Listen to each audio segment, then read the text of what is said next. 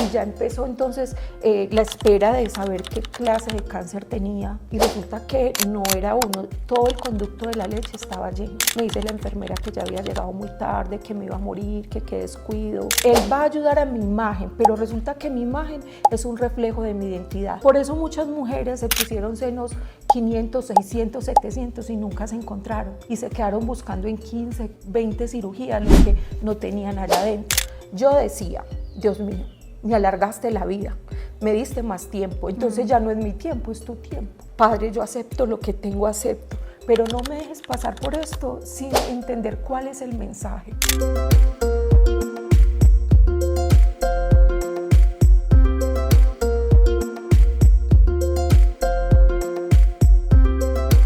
Ángela, hermosa, qué rico tenerte aquí. ¿Cómo estás, amor? Muchas gracias, feliz de estar aquí. En Sin Tapujos con Marce, qué rico, ¿no? Y yo contenta de que estés aquí. Pues sí, estoy feliz. ¿Y estás nerviosita? Sí, un poquito.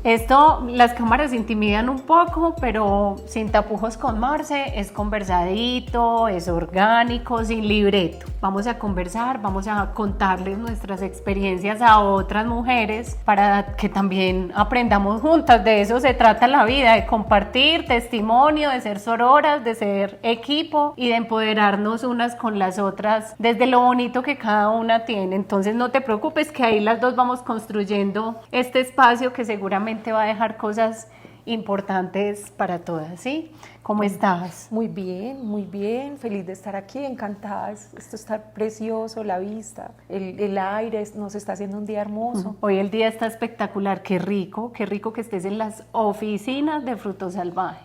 Ángela, cuéntanos un poquito, ¿qué haces? ¿Por qué llegaste aquí? ¿Cómo llegaste aquí a las oficinas de Fruto Salvaje? Sí, es una historia muy linda. Mi hija empezó a seguirte hace muchos años cuando estaba en la universidad. Mi hija hizo su carrera becada de administración financiera.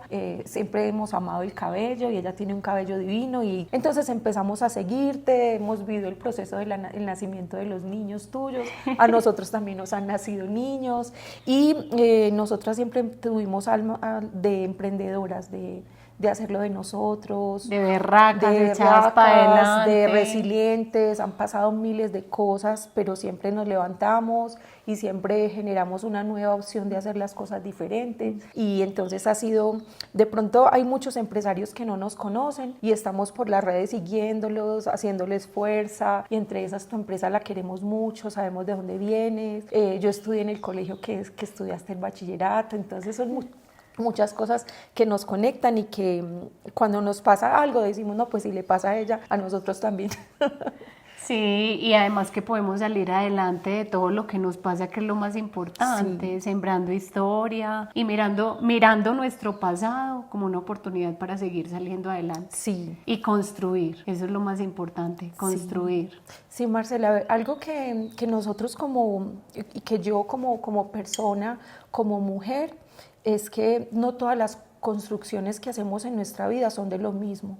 Hay épocas que construimos en lo físico, a veces en lo espiritual, a veces en lo empresarial, a veces construimos amistades, construimos familias, pero las mujeres tenemos ese don de siempre estar construyendo, ¿cierto? Construyendo y construyéndonos. Y construyéndonos. Evolucionando, sí. El movimiento.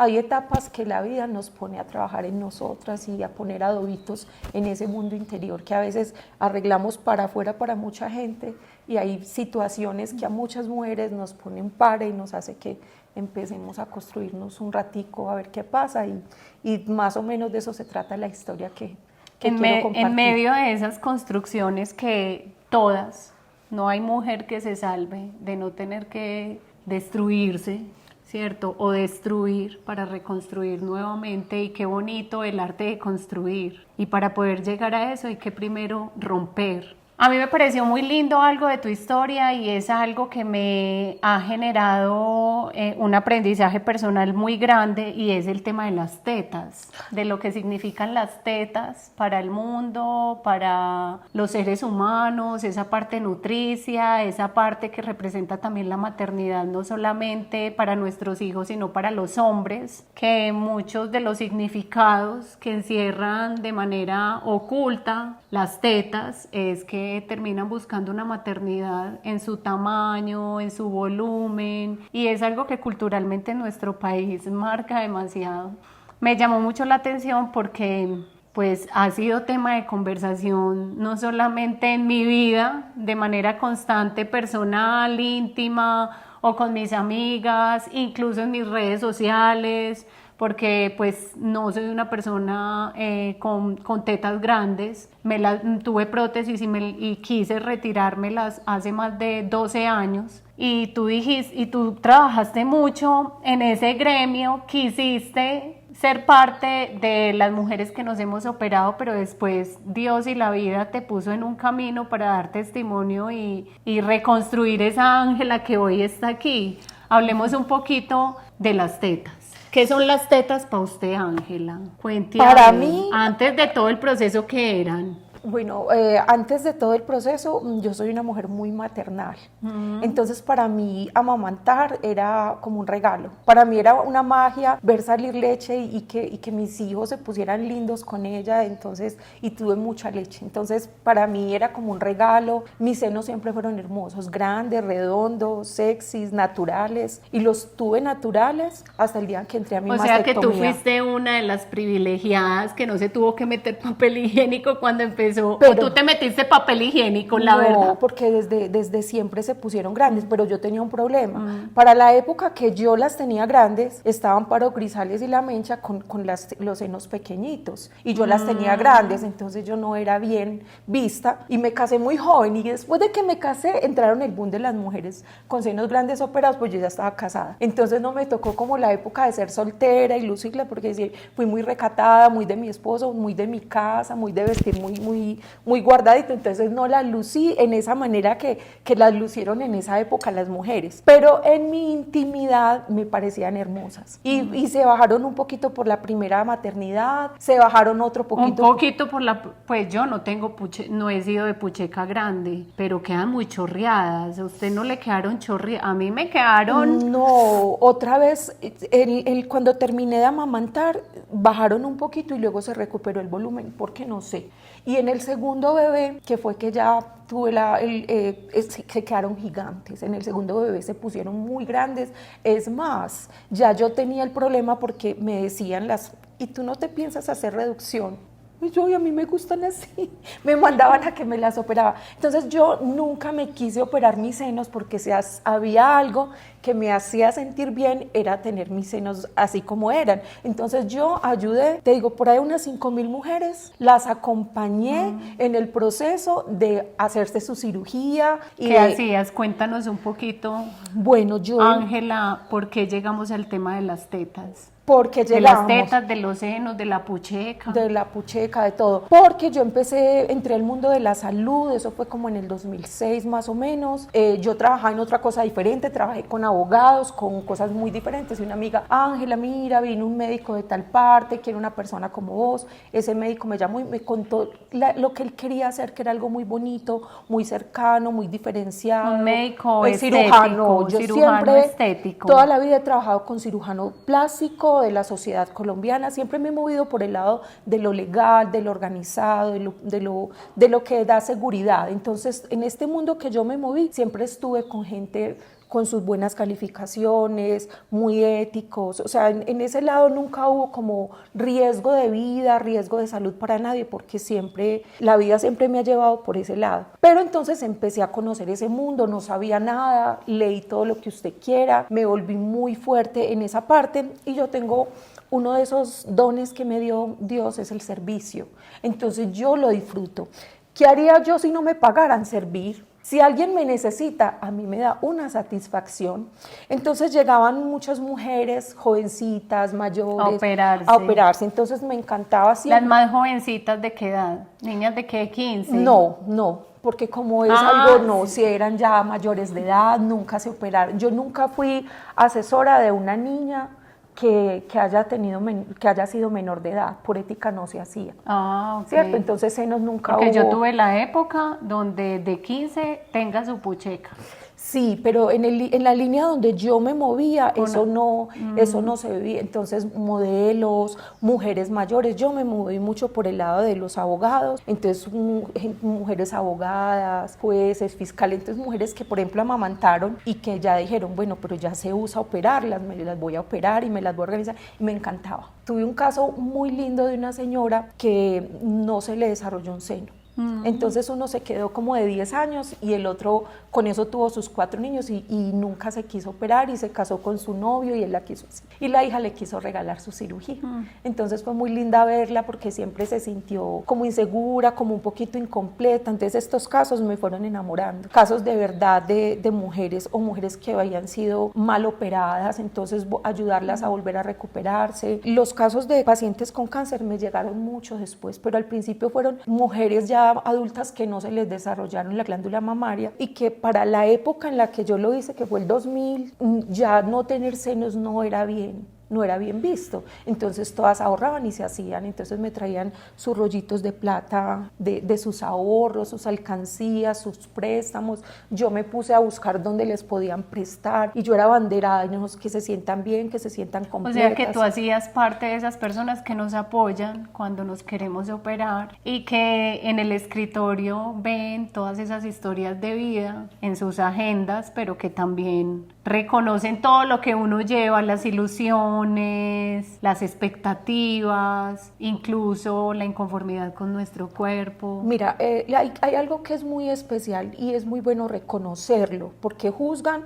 y la parte de nuestro diseño mental es muy importante conocerlo cuando trabajamos con eso. Nosotros estamos generando la autoimagen desde los 13 más o menos hasta los 20 y nos tomamos miles de fotos, entonces por eso tenemos fotos con areta larga, con labial fucsia, con chulito, con color en el pelo. Nos estamos tomando la autoimagen, pero después de la autoimagen llega la edad adulta y viene la etapa de la fertilidad y damos a luz y el cuerpo cambia, pero la autoimagen tiene fotos de nosotras, si tuvimos senos los busca la de la foto y ya la de la foto no está porque ya es una señora, entonces la mujer se pierde porque ya no se encuentra. Entonces la plástica viene a responder un poquitico a eso. Bueno, te puedo ayudar a acercarte a eso con lo que te identificas. Perdiste toda tu glándula mamaria y sientes que es importante, pues miremos. Pero también ese es el punto bonito donde se inventó la plástica para rediseñar la carita de soldados en guerra. Entonces es una ayuda para recuperar eso, pero no quiere decir que reemplace nuestra identidad. Él va a ayudar a mi imagen, pero resulta que mi imagen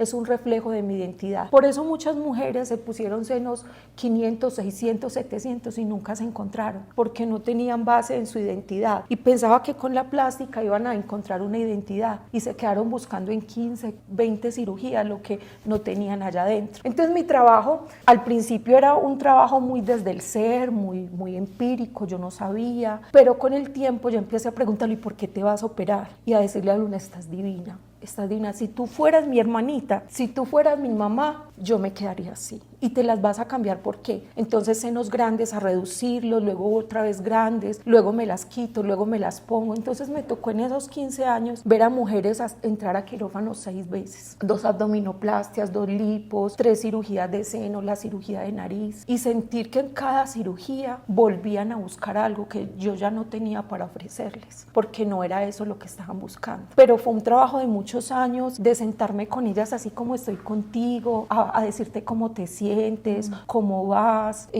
quedaste muy linda, te vas a sentir que están pequeñas porque eso es todo tu ¿Eso imagen. marcó tu vida de alguna manera? Sí, me marcó mucho porque aprendí a amar a las mujeres, amarlas, a leer entre líneas lo que me estaban diciendo. No querían senos, quería que el esposo no se fuera. A no ser querían compasiva. Sí, entonces muchas no estaban comprando sus senos, estaban comprando un compañero, muchas estaban comprando autoestima, estaban borrando esas palabras que les dijeron en la casa tabla. Que en algunos momentos funciona, yo lo digo porque yo me acuerdo cuando yo me operé y me puse las puchecas, para mí fue uno de los momentos más lindos de mi vida y yo las disfruté y me encantaron. Y en esa rebeldía, cuando me explanto, cuando nadie se explantaba hace 12 años, hoy qué bueno que las mujeres nos estemos encontrando nuevamente, pero yo pienso que esa búsqueda se da con empezar a agradecer y alimentar ese corazoncito que cada una tiene por dentro y buscar razones, llenar esos vacíos, buscar las razones de por qué queremos llenar esos vacíos. Y cuando me explanto,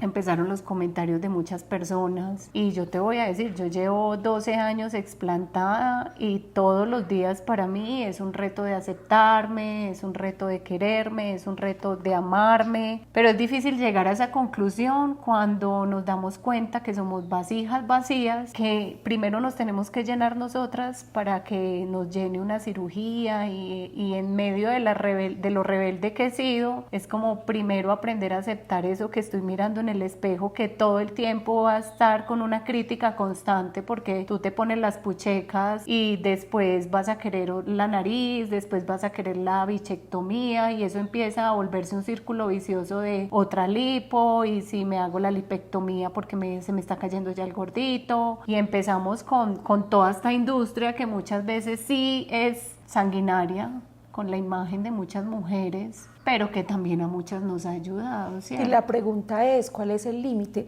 Marcela, yo en cuanto a ti, me pareció muy bonito cuando contaste la historia de tu explantación y te voy a decir algo como alguien que lleva 20 años en esta industria. Lo que pasa es que llegar a ese punto hace 12 años es el resultado de un desarrollo humano, de un trabajo interior. Tú ya lo tenías y estabas lista. Uh-huh. Entonces ya no estás viviendo tanto de tu imagen porque ya tu identidad está completa. Y no todas tienen que estar en ese punto porque es totalmente válido en el punto en que cada una de nosotras se encuentre, ¿cierto? Claro, entonces viene para mí unos procesos muy fuertes porque en todos esos años que yo trabajé, lo único que me hice de cirugía fue una lipo y quedé como una reina. Pero entonces rapidito quedé embarazada de mi hijo Matías y todo el mundo se le va a dañar la cirugía y yo siempre he tenido con mi hija que tenemos los hijos y quedamos absolutamente normales.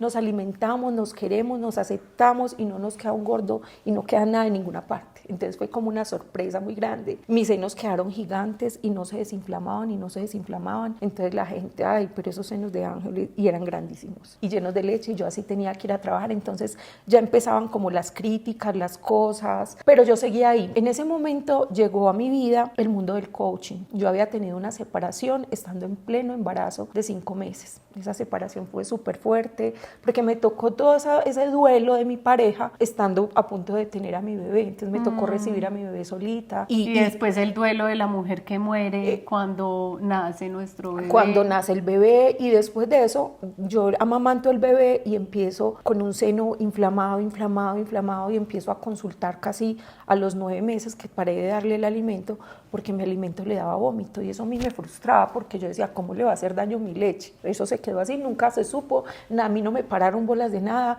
entonces me daban mucho medicamento como antiinflamatorio y cuando Matías iba a cumplir tenía 2 años y medio, yo siempre era como trabajaba en el sector salud y conocía, me fui a hacer mi baño y a hacerme mi autoexamen y me hice así y me salió sangre por mi seno y fue muy impresionante porque en el momento que yo vi ese sangrado yo supe qué era. El asunto es que ya viene todo esto y le contaba ahorita a Marcela que el día que yo vine acá, yo no vengo acá a Santa Elena desde el día que me hicieron me mandaron a hacer urgente una mamografía y me hicieron muchas tomas en el seno y en el otro normal y aquí me hicieron muchas tomas y yo dije, ¿por qué me están haciendo tantas muestras? Y yo me vine para acá todo el día para una cabaña con una gente súper especial de México y al otro día a las 6 de la mañana me llamaron, te tienes que hacer una biopsia urgente y te presentas con eso a la clínica de la mujer. Entonces yo, ¿qué es clínica de la mujer? Cáncer de mama, ¿qué? Y empecé a correr. ¿Qué sentiste en ese momento cuando buscaste clínica de la mujer y viste que posiblemente era un cáncer? 2 meses antes de que eso pasara, yo estuve con mi hija en el mar, estaba con los niños, es un sitio hermoso, el cielo azul, y yo era sentada junto al mar y el corazón se me quería salir y se me salían las lágrimas y mi hija me decía, mami, ¿pero qué tienes? Estamos felices. Y yo, Meli, tú sabes yo cómo soy de agradecidas, pero te voy a decir la verdad, tengo algo en mi corazón, siento que hay algo malo, pero yo no sé qué es. Y me puse a llorar y ella me abrazó. Y yo en las madrugadas me despertaba y empecé decía levantarme a las 4 de la mañana a hacerme un batido verde. Yo no quería comer sino pasas, no quería comer carne, quería comer un montón de cosas que nunca comía. Empecé a despertarme a hacer oración. Yo siempre he sido creyente, pero no muy activa. Hacía oración y yo sentía mucho miedo, pero todavía no me había pasado el sangrado. Cuando pasa eso, yo dije, me lo estabas diciendo. Y ya empezó entonces la espera de saber qué clase de cáncer tenía, y resulta que no era uno, todo el conducto de la leche estaba lleno y tenía en la parte superior uno de 3 de este tamaño. Entonces cuando yo llego a la clínica de la mujer con todos mis exámenes, la esposa de mi jefe, una enfermera, una mujer espectacular, me acompañó ese día. Me dice la enfermera que ya había llegado muy tarde, que me iba a morir, que qué descuido. La falta de humanidad muchas veces, entonces me por dijo, corazones duros. Seguramente ellas se van volviendo insensibles, que es lo que yo nunca he querido con mi profesión. ¿Cómo me va a decir que me voy a morir? El caso es que me puso a hacer miles de cosas. Yo no sé qué me dijo. Y la que me estaba acompañando tampoco se acuerda, porque las dos salimos y lloramos y lloramos. Yo decía, Matías no le va a tocar que yo le enseñe a leer, no lo voy a ver leyendo. Matías iba a cumplir 3 añitos. Entonces llegué con el trauma a la casa, que ya no quería mirar a Matías porque sentía que le estaba fallando. Separada, tenía deudas por 200 millones de pesos. Mi hija estaba jovencita con una bebé. Yo pensaba en mi trabajo, qué va a pasar conmigo. ¿Tu hija estaba con su pareja o no? Mi hija estaba sin pareja, estaba con la niña pequeña, que 2 mujeres, 2 bebés, yo sin pareja, ella sin pareja, una enfermedad de estas, deudas de 200 millones porque los bebés habían sido muy enfermos y me fue cogiendo ventaja todo. Había comprado una casa y no era capaz de pagarla porque los gastos médicos de los niños no me dejaban. Y el trabajo era demasiado porque me puse a formarme como coach un año antes y empecé a conectar con la gente de una manera diferente, y ya era, el trabajo era, yo trabajaba 85 horas semanales. Entonces yo llegaba rendida a cunar al bebé y a no dormir porque el bebé vomitaba. Entonces eso fue demasiado fuerte para mí, y pienso que entre todo lo que pasó desencadenó que mi sistema inmunológico se fuera al piso, que gracias a Dios pasó ahora que ya sobreviví. Tocaste fondo y en ese momento sí. La única forma es de salir arriba. Bueno, ¿qué cuento de mis senos? Todo el mundo me decía, ay, no importa el seno, lo importante es la vida. Entonces aquí van cosas que no escucho que ninguna mujer con cáncer de mama que ha perdido su seno lo diga. Como que no importa. Es como si hoy me dicen, ¿cuál de estos dedos te mocho? Yo no quiero que me mochen ninguno. Entonces yo le lloré al oncólogo y yo le decía, ay, no me la quite. Pero es que allá ahora no están haciendo eso, ya ahora queman ese pedacito y quitan ese pedacito. Y me dijo, no, mamá, es que tenés en todas partes, hay que quitarlo. Bueno, en todo caso lo quitaron, salió por todos lados, entonces mastectomía completa. ¿Qué sentiste antes de entrar al quirófano? Y saber mucha paz. Imagínate que la noche antes esta mujer, no me diga quién me lo dijo, nadie me lo dijo, yo sabía que yo no iba a dormir. Entonces, ¿sabes qué hice? Me pinté.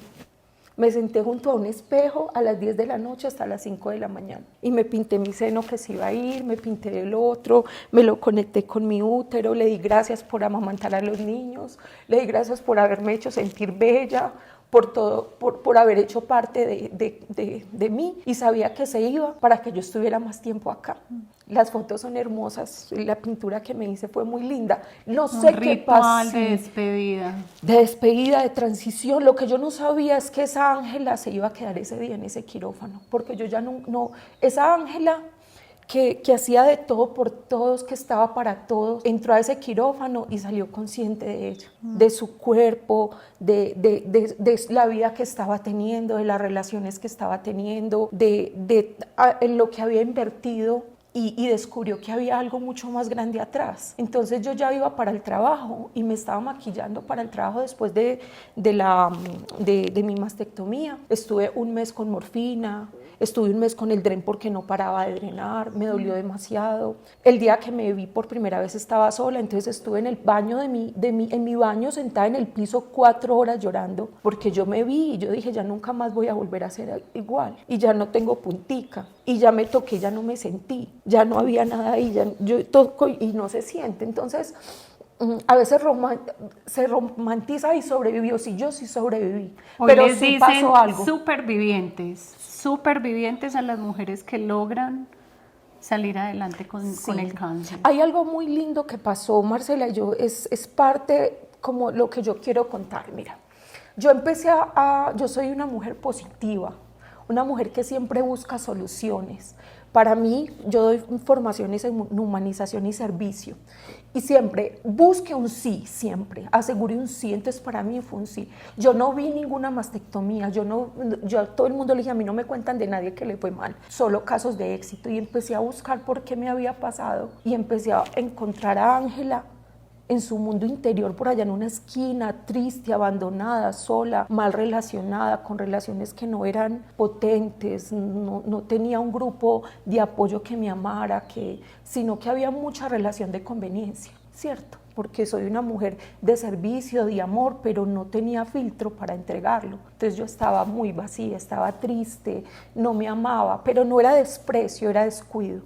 Entonces me pasó algo muy lindo porque antes de que hicieran todos los exámenes y llegara el 10 de noviembre de 2017 a mi mastectomía, yo ya había trabajado en a sanar el masculino, el sanar el abandono de mi esposo, el sanar el papá maltratador, el sanar el jefe que de pronto no entendía,